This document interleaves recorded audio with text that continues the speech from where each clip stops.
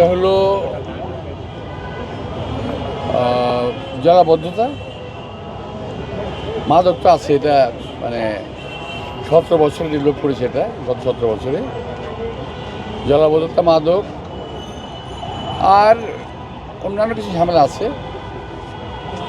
যেহেতু এলাকায় আমি থাকি, এলাকার সমস্যা নিয়ে আমাকে আসতে হয়, তো সেটা সমাধান করবো ইনশাল্লাহ। এটা একটা সামাজিক সচেতনার মাধ্যমে মাদক দূর করতে হবে, চাঁদাবাজি দূর করতে হবে। আর পানির যে সমস্যাটা, এটা একটা ছোট সমস্যা, বিশাল হয়ে গেছে এখন। 17 বছরে অযত্নে ঢাকা শহর নালিত হয়েছে, অযত্নে।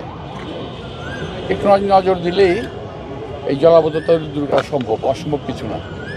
এটা ইনশাল্লাহ দূর হয়ে যাবে। আমি করেছিলাম, আমি যখন ছিলাম তখন কিন্তু জলাবদ্ধতা ছিল না, কারণ আমি জানি এলাকার সন্তান হিসেবে কোথায় কেন কোনো অসুবিধা হচ্ছে। তো সেটা দূর করা আমার পক্ষে অসম্ভব কিছু না, কঠিন কাজও না, হয়ে যাবে এটা ইনশাল্লাহ।